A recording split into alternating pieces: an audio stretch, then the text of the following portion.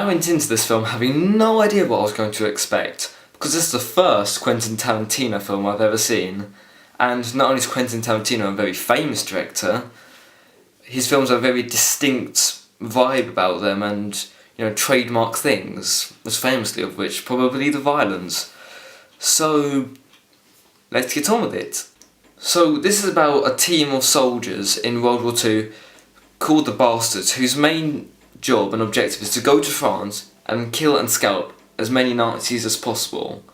Soon though, they get mixed into a plot to murder Hitler, yet at the same time, a French cinema owner, whose family of Jews were murdered earlier, wants to kill the Nazi officer who was responsible for that. It's a very complex plot, and that is difficult to put into words. It takes a long time to get your head around it. Another thing that isn't that distinct or clear either is the genre of this film. Many have called it a war drama, but I think it's better being called a comedy western. And I know a lot of you may be thinking, why the hell are you calling it a western?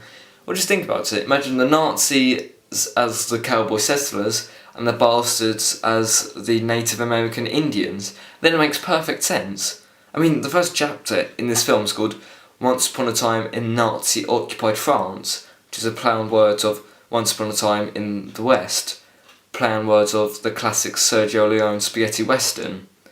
Hell, even the main character is called Aldo the Apache. It makes perfect sense. And this leads on to the comedy, because Aldo Rain, played by Brad Pitt, is hilarious.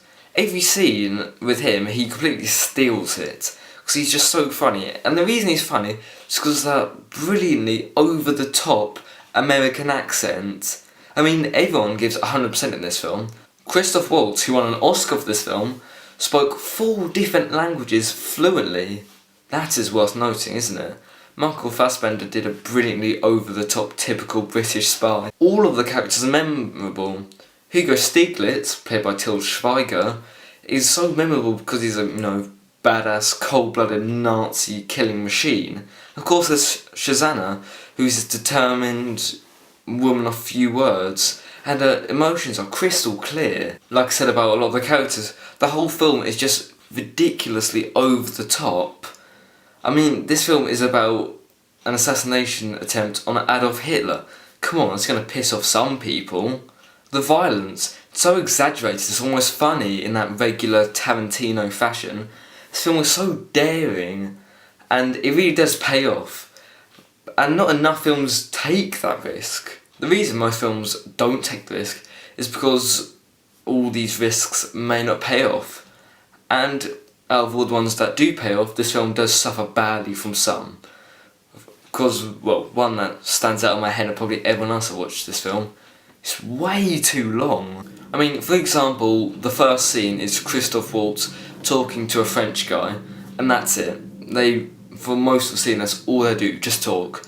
It's 20 minutes long, and a lot of that is said in the dialogue is unimportant and irrelevant, especially when they're speaking French. And things like the tavern scene, that's really long as well. It's 3 hours, yet if they cut down by 20 or even 30 minutes, the outcome still would have been the same. Another thing that causes problems, I thought that this film was more made to be watched than to be enjoyed. Like, Tarantino didn't want to miss out a single thing. I mean, it was definitely made to tell a story instead of to entertain the audience. I felt that a lot. But there were some attempts to entertain the audience. Like, there are these really short few comic segments, which are really funny. Like, when it introduces Hugo Stiglitz, I mean, it looks at him and there's a big electric guitar note, then it says the name Hugo Stiglitz across the screen, then there's a short montage of him killing people. It's very funny and entertaining. There are a few more of these comic segments, and there are a few others like this, yet they weren't done enough, and they're all very different, so because it wasn't done enough, it seemed like it was just a lazy attempt to show something when words don't do the job. Yeah, it's a shame, because if it was done 3 or 4 more times, then that problem wouldn't have arisen. Shame. But my final verdict on Inglourious Basterds is a 7 out of 10. because although it is probably too daring, it does make up in a well executed, hilarious piece. So I would recommend this to anyone who doesn't mind watching a long film and doesn't care if you have to use brain power. But if you can't, just watch with Brad Pitt. He's the best thing about this film, to be honest. He's very funny. So, on that praiseful note, stay classy.